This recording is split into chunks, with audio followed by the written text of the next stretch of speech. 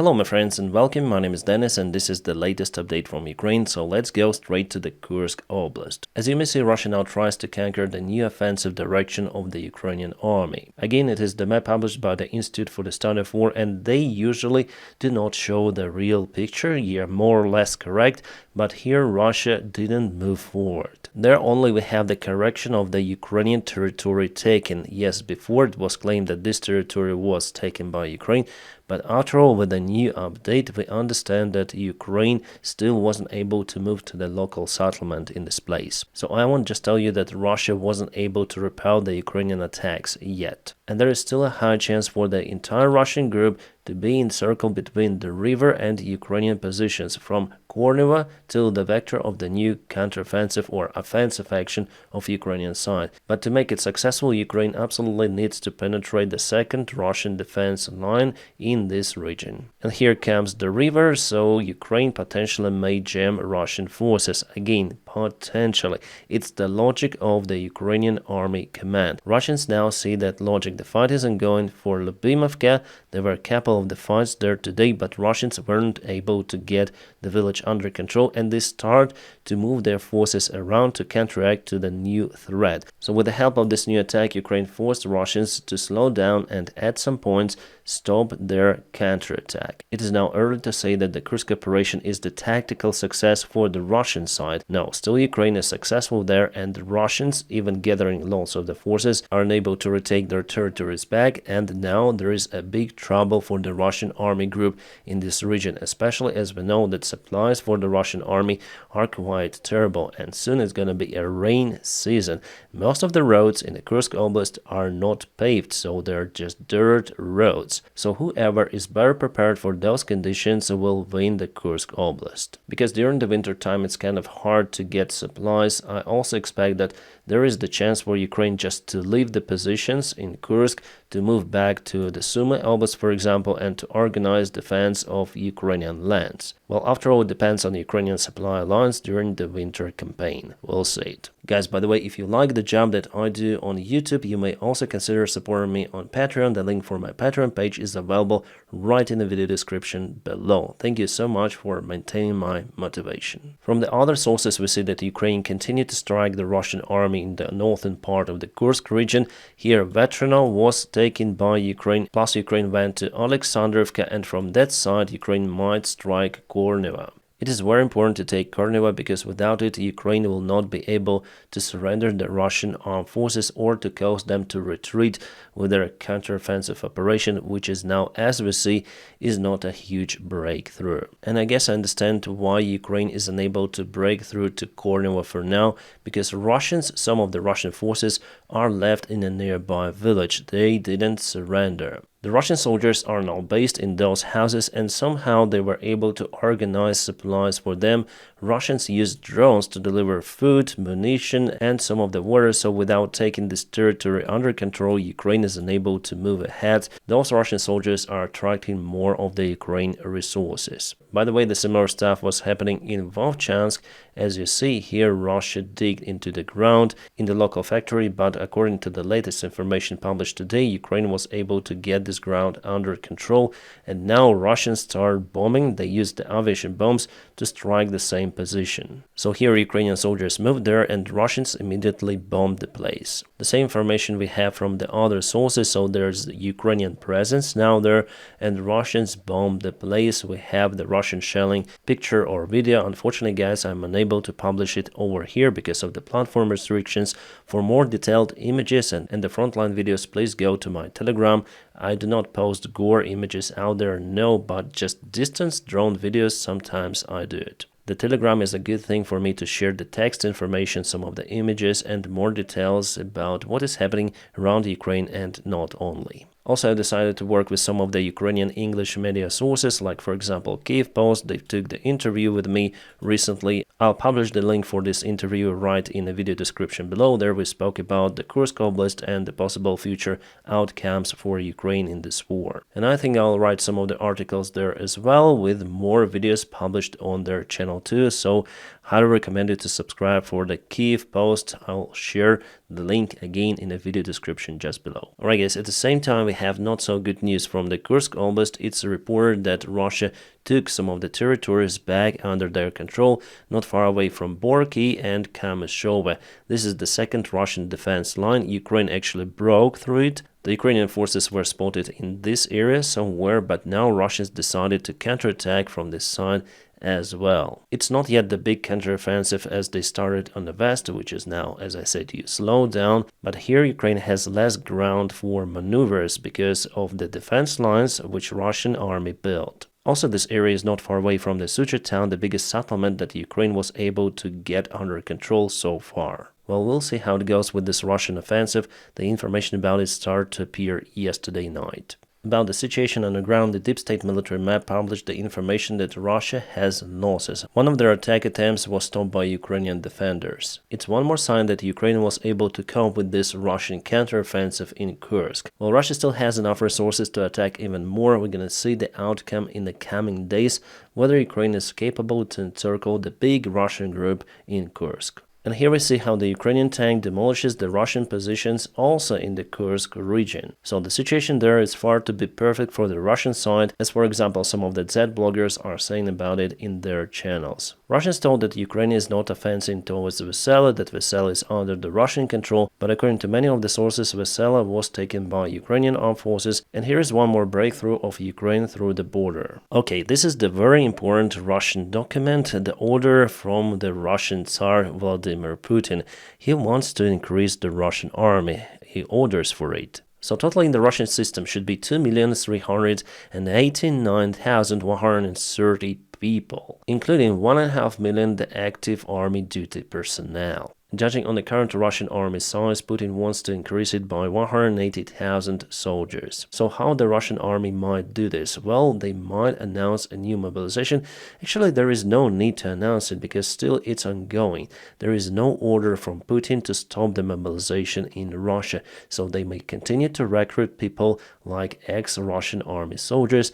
And also they ask the Russian conscripts whose term in service in mandatory service is over to sign the contract and continue their serving in the Russian army, and by doing so the Russian ex-conscripts are sent to the battle areas directly. It tells one thing, that the Russian army has significant, tremendous losses. Even though Putin dismissed Shoigu, he tried to clean the Russian command, he even jailed some of the Russian generals, but the Russian army system is damn corrupt and no matter who is in charge, but the system will not work fine, and the Russians are able to take the ground in this system just by huge meat waves. The heavy losses for Russian army are imminent in the future.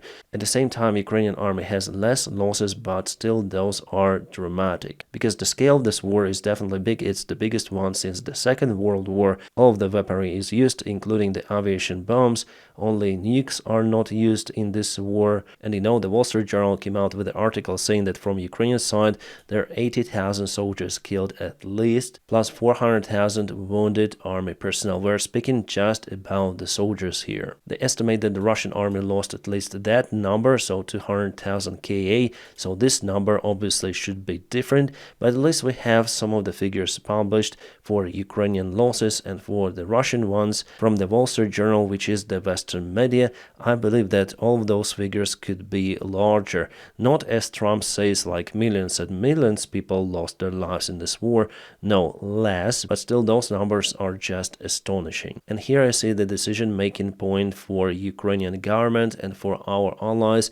I see the pressure of some of the Western countries, from politicians and also from China, for example, from Russia itself, for Ukraine to start negotiations and to freeze the war. Because definitely with those losses, Ukraine just cannot allow itself to continue this war for many years ahead. At the same time, the Russian Federation has the larger population and potentially the bigger army compared to Ukraine. Definitely Russia has more military opportunities if the war continues for many years, but there is a solution which might help Ukraine in this case, to use the long-range missiles to target the Russian supplies, Russian military bases, causing the Russian army absolute tremendous losses, and in this way at least equal the chances for both of the sides. It is the key factor for Ukraine to keep the military support from our main allies like United States of America, Germany, United Kingdom and other countries like for example France as well, which sent lots and lots of the stuff. But at the same time, as I told you,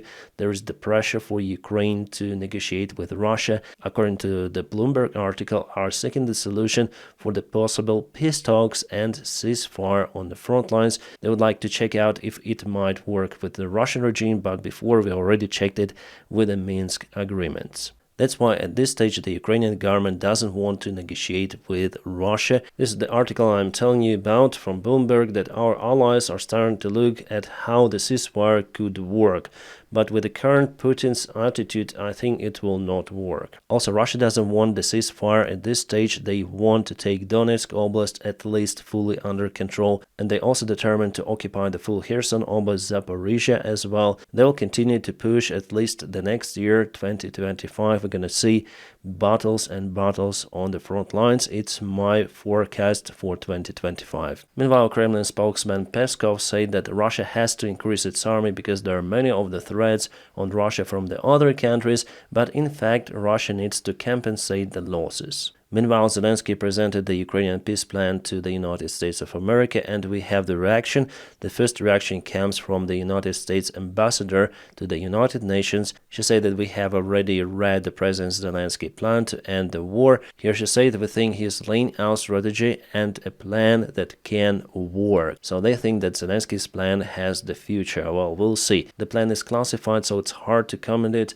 However, some of the media sources start to publish their insights of this plan. Some say that the plan includes the usage of the long-range weaponry to hit Russia hard. At the same time, Bild source says that Ukraine agrees on ceasefire. So we'll see how it works in the future, because there is not enough data to comment. We just see the reaction of the United States officials and other officials around. And NATO Secretary Stoltenberg says that he advocates the possible decision by some of the Western countries to grant Ukraine the full freedom in using the long-range weapons like ATACMS and Storm Shadow cruise missiles, because for now we understand that officially that decision hasn't yet been taken by our allies. On the briefing yesterday, the White House officials said that the policy for the use of the long-range weaponry didn't change. Alright, Russia introduced a new breakthrough in the drone technology. They now use the FPV drones in combination with the surveillance drone. So it is the mother drone, which is also a transmitter for the FPV drones.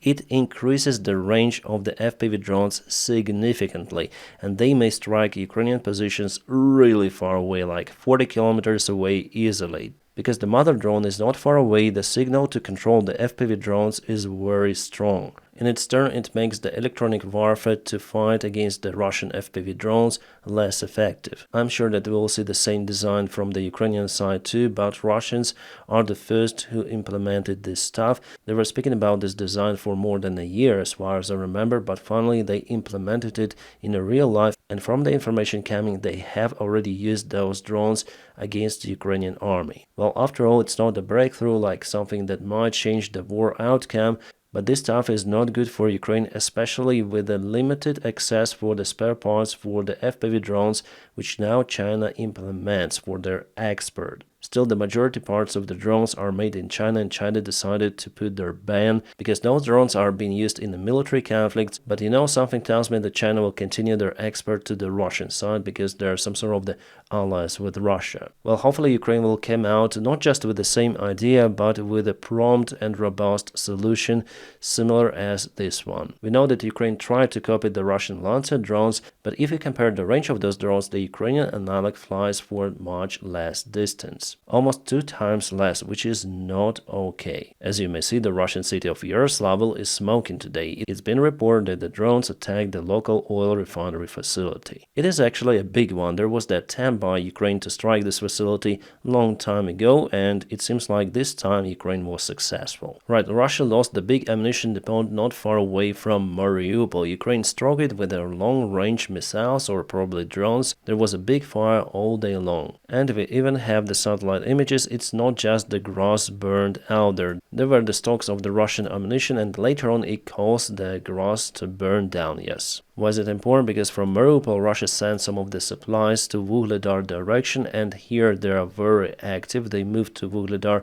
They tried to get the settlement under control very fast. It's crucial for Russia to secure the railway, that's why they're gonna push Ukraine further away, and I believe that finally they will be successful, I guess this autumn, but finally we'll see. As for the Pokrovsk direction, well, there is the change. For today it was yesterday, it is today, so Russia expands this gray zone. It means that Ukraine started to move the forces out from this place, from all of those fields, and soon Russia will take all of that under control. They tried already to assault towards Hostra, but that attack was repelled by Ukrainian army a couple of days ago. A little to the north, and here Russia moved today. They've took those fields under control, plus they enter Zhelane Pershe village. It was in a gray zone before. It's still on the lower ground compared to this village. Near Pokrovsk, Russia took the ground in Grodivka, so it was yesterday, it is today, the expansion of the gray zone. And Russia also took this artificial hill today. They moved towards it, so now they may apply their own surveillance over the nearby territories. Let's check out the distance from the Pokrovsk settlement. Well, it's still a little less than 8 kilometers. From what I see, for the last week, Russian offensive slowed down towards the Pokrovsk direction. The front lines are still boiling, but at this step, Russia slowed down the pace of their offensive. Probably they're getting ready to collect more reinforcements to strike Pokrovsk with fresh forces. But we also have some of the good news in Crimea direction. So it was yesterday, it is today, Ukraine took some of the ground near Torsk.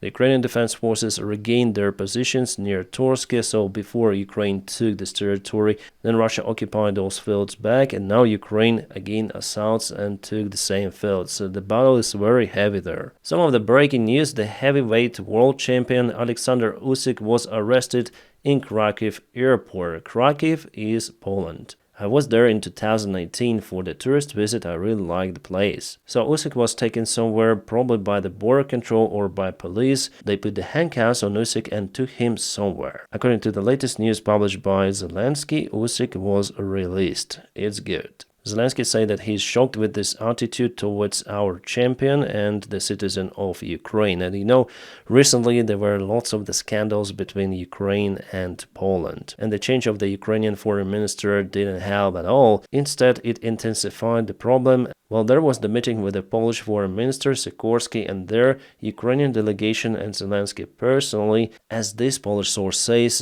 behaved very sharply towards the Polish delegation. Zelensky accused the Polish side for blocking the European Union membership from Poland. Also, he accused the Polish side for not helping Ukraine enough with military support. And as source says, everything was kind of sharp during the meeting. It's 100% that those are the issues between the Polish and the Ukrainian governments. Was the Ukrainian boxer champion Alexander Usyk involved in this conflict?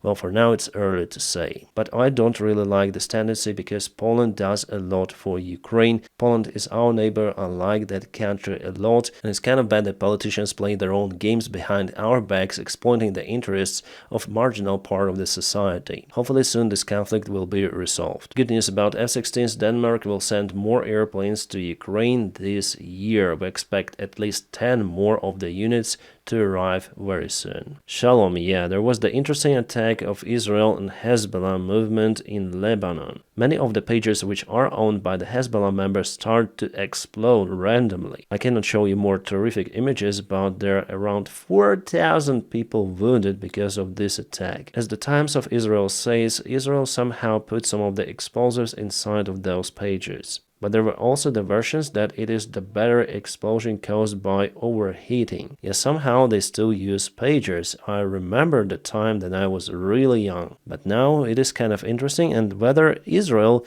is able to do something with the phones. Well, this one is definitely outstanding, and many of the people confirmed that their pagers went very hot just before the kaboom. I'll publish more of the actual videos on my Telegram channel, because here it's not okay to publish that stuff. Now, my friends, please don't forget to smash your huge like to this video. By doing so, you help me a lot.